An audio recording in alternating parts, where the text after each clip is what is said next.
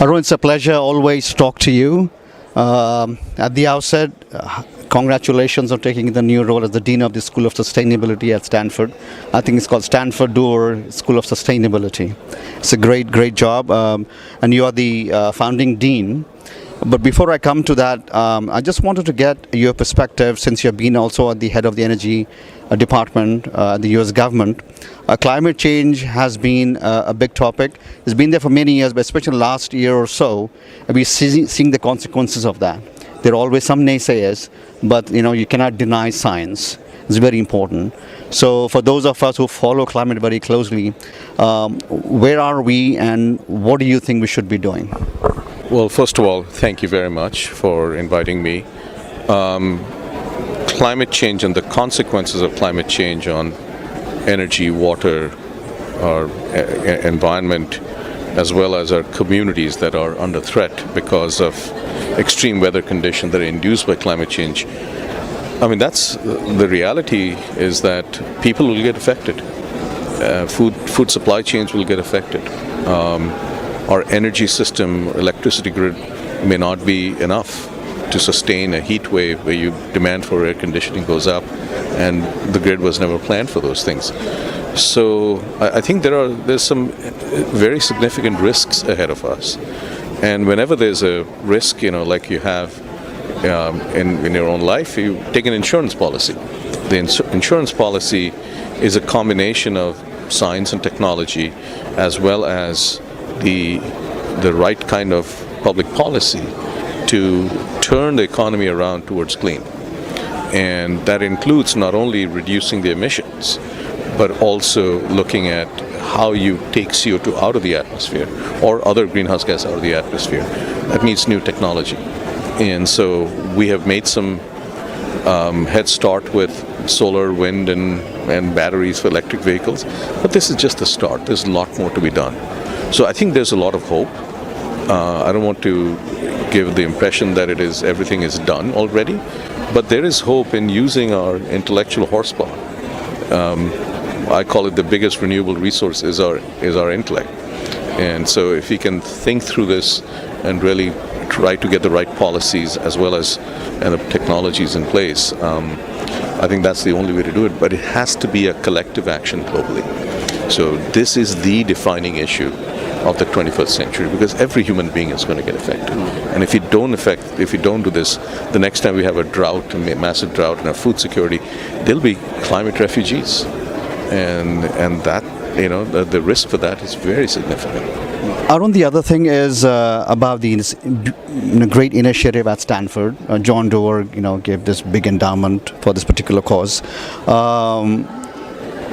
Why Stanford? And why do you think others didn't do it, but Stanford is doing? And now that they have done this and they're brought to you as the founding dean, what are some of the initiatives that the school, and in particular you, are trying to take? So it didn't happen overnight. It's been going on for the last 4 to 4.5 years. When we had a new president and provost come in, usually when that happens, you go through a listening tour. We call it the long-range planning. It's really trying to come up with what are the important things Stanford should look at. And it's a really bottom-up process. And from that, issues of energy, water, food, and ecology, all of that bubbled up from the bottom. And then we said they're all interconnected. They cannot be isolated. So that the theme of sustainability showed up, and climate affects all of them. So the sustainability part came up. And then we said, okay, what do we do about it? So I was asked to co-chair a committee of other faculty and students and all to say, what do we do? And we gave 2 options. One of them was a school, and the president and provost then picked the school. But we realized that it cannot be a traditional school because sustainability spans the whole campus.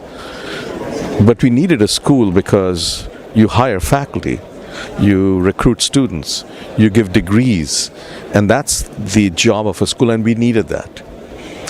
But we also realized the school needs to have porosity with a business school, connections to the law school, with a school of engineering, School of Humanities and Sciences, School of Medicine, because all of them need to be involved. So that's part of the structure of the school, is to have some institutes which have been around for the last 15 years, which have this connective tissue across. They are now part of the school to create that connectivity. And then we said that connectivity is important, but what some of the things that we do not do well in academia, and there was a lot of introspection in this, is that we don't think about scale as much. We do laboratory experiments, which are absolutely critical. We do curiosity-driven science, which is critical. That needs to be preserved. But we have some urgency of creating solutions. So we said we need a third organization within the school. It's called the Accelerator, and it's all about getting the intellectual horsepower of the faculty, students. We're going to get external, like mid-career fellows who want to pivot their career into sustainability. We'll open it up in a competitive way to them. And we need to partner with organizations and people around the world, because we, living in Silicon Valley, will not know the full complexity of the issues in India, in Africa, in Tanzania, for example, or Brazil. We will not know that. So we need to partner with them, co-create solutions, and help them implement those solutions. That needs a network. That needs partnership. That needs education. It's training. And so that's the part of the accelerator. It's all about think global, think scale, and think speed at the same time, and create solutions. And so that's a new part of the school, which is part of reimagining academia. We need to adapt to the challenges of our times. Thank you. Appreciate you sharing all that. That brings an interesting question now. All the things you just described takes a great leadership skill. All of the tools have to come together. It starts from the vision, the strategy, then it comes down to connectivity with other things, and then execution part. So leadership, I always felt, was very, very critical in any area, regardless of the entrepreneurship, sports, politics, or humanities. If you do not have the right vision, if you do not think big, and you don't think inclusive growth, then you're not a good leader. So your thoughts on leadership? That's I'm reading a book right now called Leadership in Troubled Times by Doris Kearns Goodwin. And also, this is about 4 presidents: Lincoln, Teddy Roosevelt, FDR, and LBJ, Lyndon Johnson. And it's called In Troubled Times, and they were amazing leaders. There's another book by John Hennessy, who's the former president of Stanford and now chairman of Alphabet. It's called Leading Matters, and what he learned of leadership in academia. So I'm learning about this, and I'm a student of this. I think it's very important for leaders to not only have the vision, but their ability to harness the talent of other people and point them in a direction is going to be very, very important. It's a team effort.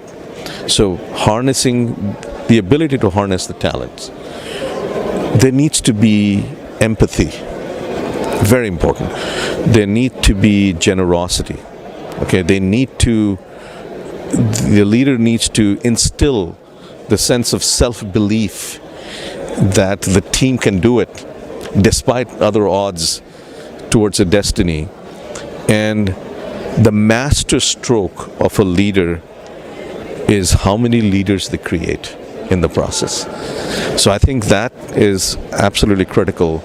And if you look at people who have been great leaders, talk about the various 4 presidents and other people in the industry, they're looking at who are they grooming, what's the next, how do we plan out for the long term. And so it's very important for the leadership to be able to get the team together and be able to zoom in on a certain issue and zoom out and look at the big picture. That ability is very, very important, and that goes with getting the talent to going in one direction. One last question. This may make you look back into your growing years and all the way here. We are blessed with some natural talents. some of it we recognize and we improve upon it.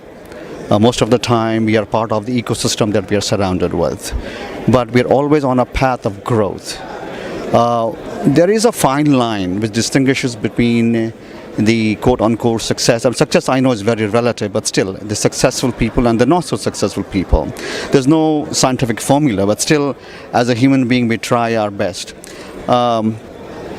When you look back, growing up in a very multicultural, multidimensional society in India, the emphasis of middle-class families on education and science and technology especially, which has helped the Indian Americans so much here to contribute to not only Silicon Valley but to the US and across the world.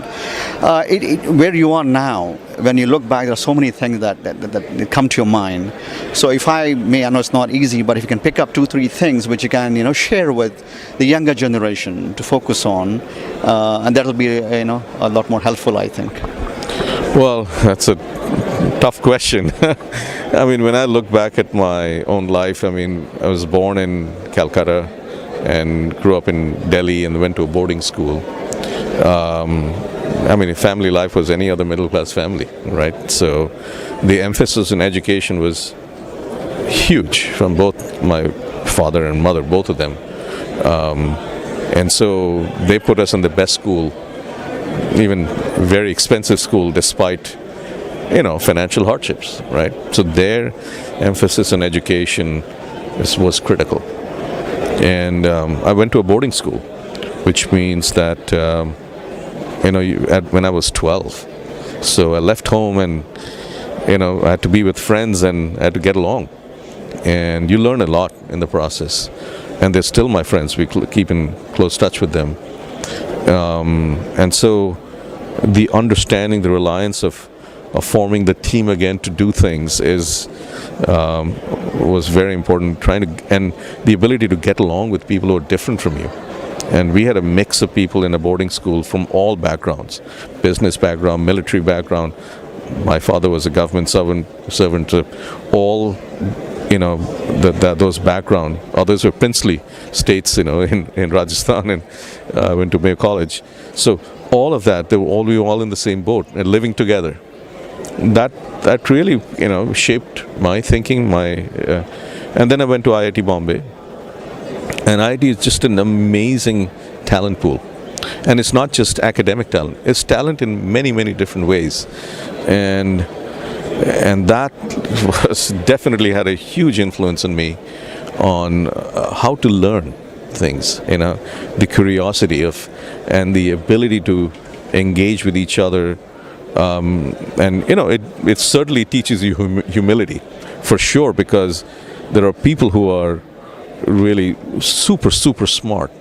And so you realize that you're among some of the smartest people out there, and that really influences people, right? And so that had a huge influence on me. I met my wife, who was my classmate, but we got together later on. But so that obviously had changed my life for sure. So I think this how you go through this. From my journey, it obviously shaped me in many, many different ways. But other people have other journeys. But I think the few common things are, surround yourself with people who have some shared core values and who will help you become, help you reach things that you never thought you could, right? Surrounding with that group of people is huge important. We think we are successful, but we don't give enough importance to the social interactions that you have with your closest friend circle. The influence of that is very, very significant, and that's my message to people: is that it's all about the team. It's all about the people that you hang out with. Arun, like I said, such a pleasure always. Thank you, and my very best on your new job. I know you do amazingly well. Thank you so much. Really appreciate it.